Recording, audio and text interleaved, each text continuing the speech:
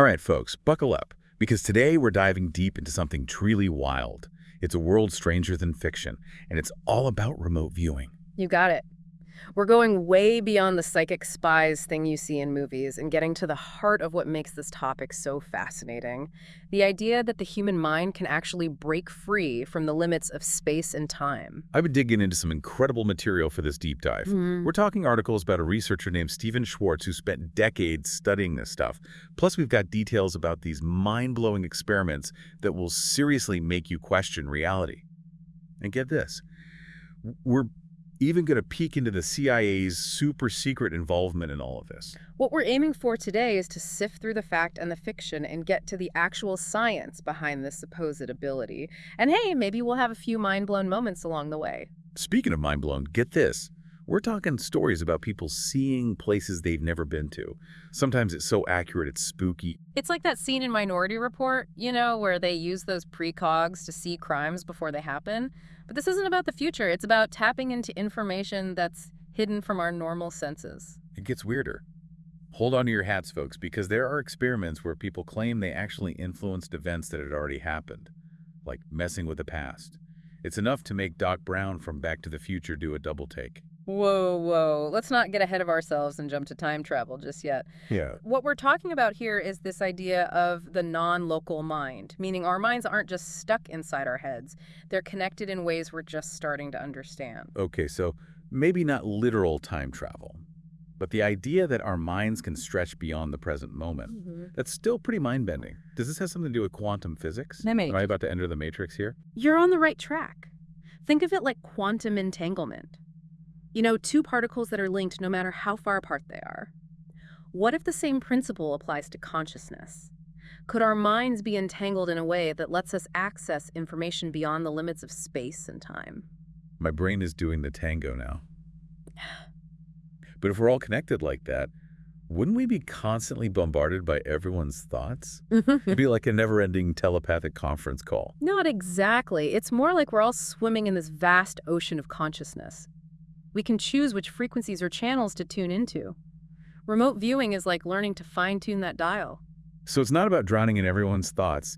It's about focusing your attention, picking up specific signals from all the noise, kind of like finding a specific radio station in a sea of static. Exactly. And like learning to play an instrument or a new language, it takes practice, discipline, and pushing yourself beyond your comfort zone. But how do you know you're tuning into the right station, so to speak?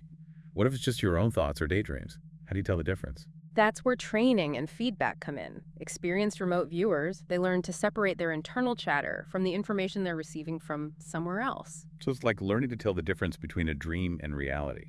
You need to develop that sense of knowing what's real and what's not to filter out your own biases. You got it.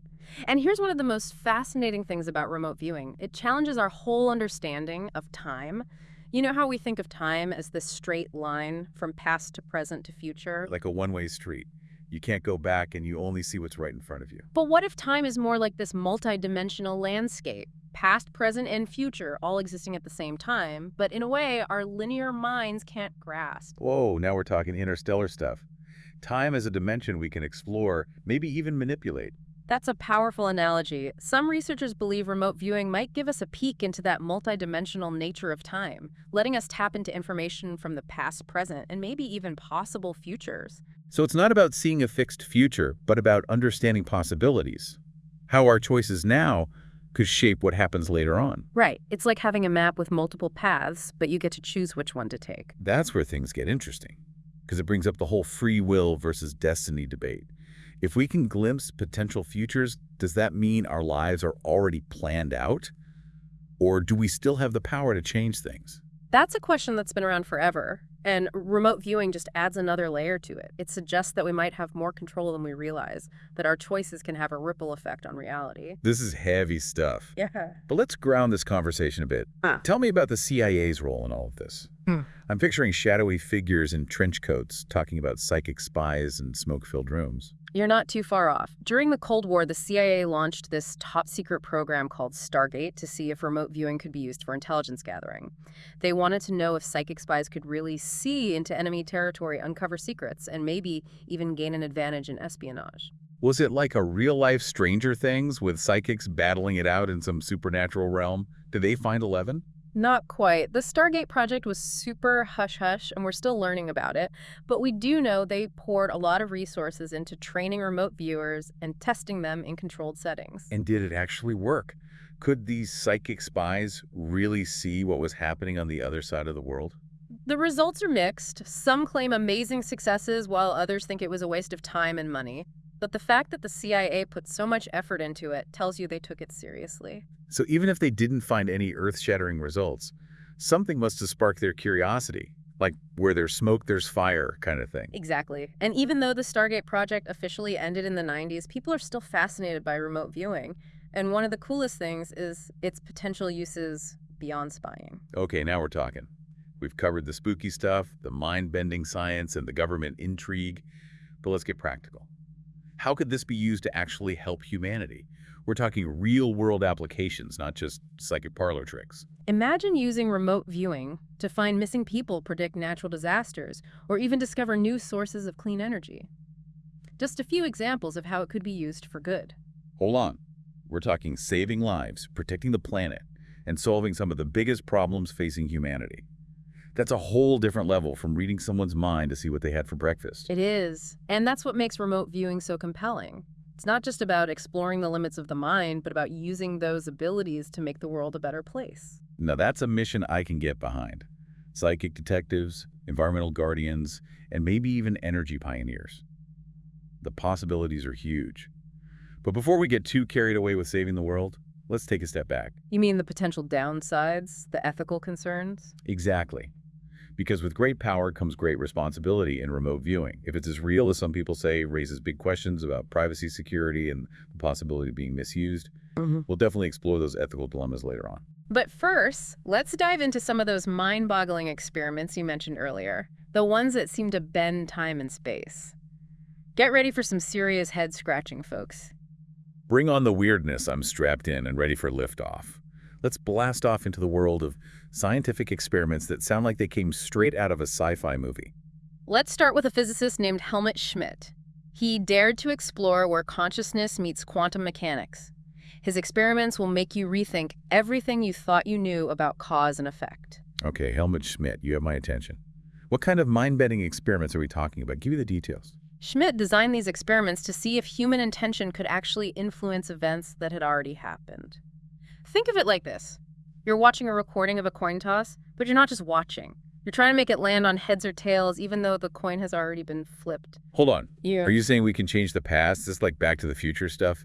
Because I'm all in for a DeLorean ride, but this sounds even crazier. Not exactly time travel like in the movies. It's more about influencing probabilities. One experiment, Schmidt did use this device that made random numbers based on radioactive decay. He'd record the numbers, and then people would try to mentally influence them, even though the numbers were already generated. Wait, so they were trying to mentally manipulate random numbers, like using the force to make the dice roll in their favor? Exactly. And the results were wild. A lot of times the participants could shift the probabilities, making certain numbers show up more or less often, even though the original sequence was supposed to be totally random. No way. So you mean our minds can reach back in time and change the odds? Like playing poker with the universe and having a few extra aces up your sleeve. It's a pretty compelling idea, right? It suggests that our consciousness might not be stuck in this linear time flow the way we think. Maybe it can interact with events in a way that goes beyond our normal understanding of cause and effect. This is some serious X-Files stuff. But if we can mess with the past, does that mean the future is fair game too? Could we use this ability to nudge things in a better direction, like avoiding a disaster or winning the lottery? That's where things get even more complicated. While some people think remote viewing can give us glimpses into possible futures, it's not about seeing a fixed outcome. It's more like a weather forecast. You see the most likely scenarios, but that doesn't mean it's set in stone. So even if you see a future event, it's not a guarantee. Yeah. Things can always change, those butterfly wings flapping and changing everything. Exactly. And that brings us back to free will. Even if we can get a peek at possible futures, we still have the power to make choices, to take actions that shape how things unfold. Okay, that makes me feel a little better. Okay. I'm not quite ready to give up my free will to some psychic predictions, but if remote viewing isn't about seeing a fixed future, what is it actually about? How does it work in practice? Well, there are a bunch of techniques and approaches, but most of them involve quieting your mind, focusing your intention, and letting impressions come through. It's kind of like meditation, but with a specific goal. So instead of just clearing your head, you're trying to tune into a specific frequency to get information about a target or an event. You got it. And there are usually specific steps remote viewers follow to improve their focus and accuracy. It's not just hoping for the best, there's a method to it. I'm getting this Jedi training vibe. Like, use the Force, Luke, but instead of lightsabers, we're talking psychic antennas. You could say that. And just like any skill it takes, practice patience and trusting your gut. Not everyone's going to become a psychic superstar, but everyone has the potential to tap into this ability at least a little bit. You got me hooked. But let's say someone has mastered remote viewing. What are some real-world uses besides spying? Well, Stephen Schwartz, the researcher we talked about earlier, he's used remote viewing in archaeology. He actually found ancient sites and artifacts using it. Imagine pinpointing the exact location of a hidden tomb or a lost city. It's like having a psychic treasure map. Hold on, he's like a real-life Indiana Jones, but with psychic powers instead of a whip. You could say that. And there's potential for it in law enforcement, missing persons cases, and even medical diagnoses. Wait, psychic detectives and psychic doctors? This is starting to sound like a superhero movie. Tell me more. Think about being able to see where a kidnapped child is or look inside a patient's body without surgery. That's just a taste of how remote viewing could change these fields. But wouldn't there be ethical issues, like privacy? If someone can see into your home or your thoughts, that's a pretty big invasion. Absolutely. And that's why the ethics of remote viewing are so important. We need to talk about boundaries consent and making sure it's not misused. It's like any powerful technology. It can be used for good or bad. It's up to us to make sure it's used responsibly. Exactly. And just like we have rules for nuclear energy or genetic engineering, we might need similar safeguards for remote viewing. So it's not about getting rid of the ability. It's about using it wisely with a sense of responsibility and ethics. Well said. And that leads us to another fascinating part of remote viewing, the idea of therapeutic intent. It's the idea that our thoughts and intentions can actually help with healing and well-being. Okay, now we're getting into the power of positive thinking and manifesting your dreams. Are we going to start chanting affirmations and stuff? It's not quite that simple. Therapeutic intent, as Stephen Schwartz explains, is about focusing your consciousness to help with healing, either for yourself or others. It's like using the power of your mind to help your body heal itself. So it's not about magically curing diseases. It's about creating a positive mental and emotional state that helps with healing, like boosting your immune system with good vibes. Exactly. And there's more and more evidence showing that this kind of focused intention can really make a difference.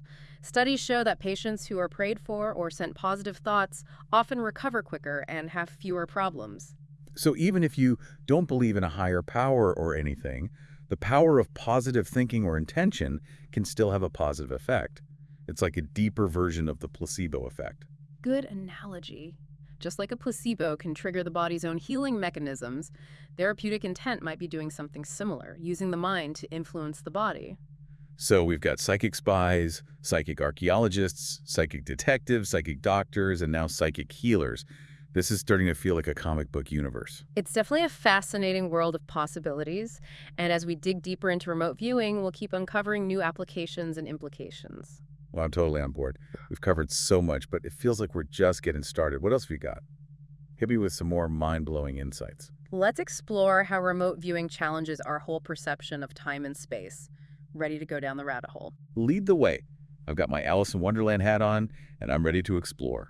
All right, so we're back and ready to go deeper into this world of remote viewing.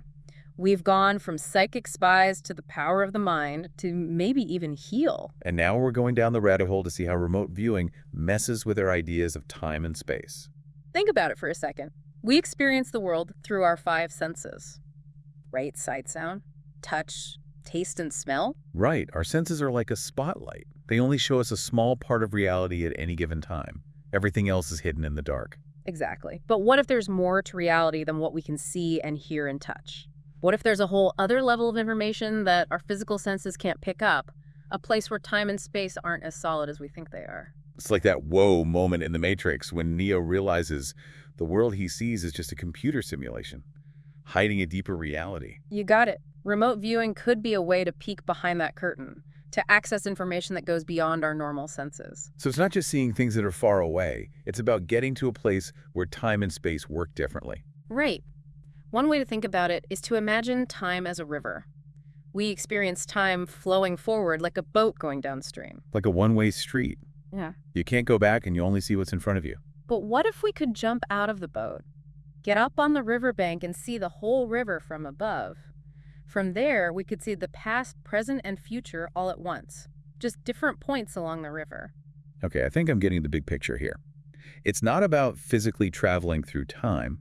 It's about seeing time from a different perspective, where you can access information from different points in time. Exactly. And remote viewing might be a way to do that, to gather information from the past, present, and even possible futures without being limited by our usual understanding of time. That's pretty mind-blowing. But let's get back to reality for a minute. How does this understanding of time and space connect to the real-world uses of remote viewing? How can it actually benefit people? Think about this. If we can get information from different points in time, we might be able to predict things like natural disasters track missing people, or even learn about mysteries from history. So it's like a time machine, but instead of physically going back in time, we're using our mind to access information from different points in time. Exactly. And the possibilities are huge. Imagine warning people about an earthquake or a tsunami before it happens, giving them time to escape and save lives. Or think about the families of missing people finally getting answers about what happened to their loved ones. And if we could look into the past, we could uncover hidden historical truths, shedding light on events that shaped our world. You got it. Remote viewing could completely change how we understand history, giving us a more complete and accurate picture of the past. Okay, I'm definitely seeing the potential here. But let's be real. There are also potential downsides, right? We talked about the ethical concerns, the possibility of misuse, and invasion of privacy. Right, and those are serious concerns. Just like any powerful tool, remote viewing can be used for good or for bad. It depends on the people who are using it. So it's not just about the technology itself. It's about ethics, morals, and values. Exactly, and as more people learn about remote viewing and it becomes more accessible, we need to have serious discussions about how to regulate it, protect privacy, and make sure it's used responsibly and ethically. It's like the early days of the internet. No one could have predicted how much it would change our lives, both good and bad. And just like with any new technology, there's a learning curve. We have to figure out how to use its power while minimizing the risks. That's a great comparison. Just like we made laws and rules for the internet, we'll need to do the same for remote viewing. So it's not about banning it or ignoring its potential. It's about using it wisely, carefully, and with a deep understanding of what it can do. Well said. And that means education, open discussions, and being willing to face the tough ethical questions that come with unlocking the hidden potential of the human mind. This has been an incredible journey, a deep dive into a world that's both fascinating and a little bit scary. We've explored the science, the history, the potential benefits, and the ethical challenges of remote viewing. And honestly, we've only scratched the surface. As we learn more about consciousness, the possibilities of remote viewing will keep growing, challenging what we think we know about reality and pushing the limits of what we think is possible. And who knows? Maybe someday remote viewing will be as normal as meditation or yoga, a tool we use to feel better, expand our awareness, and connect with the world in a deeper way. Until then, keep your minds open, stay curious, and never stop exploring the infinite possibilities of the human mind. And that wraps up our deep dive into remote viewing. Thanks for joining us on this wild ride. We'll see you next time for another mind-bending exploration of the mysteries of the universe.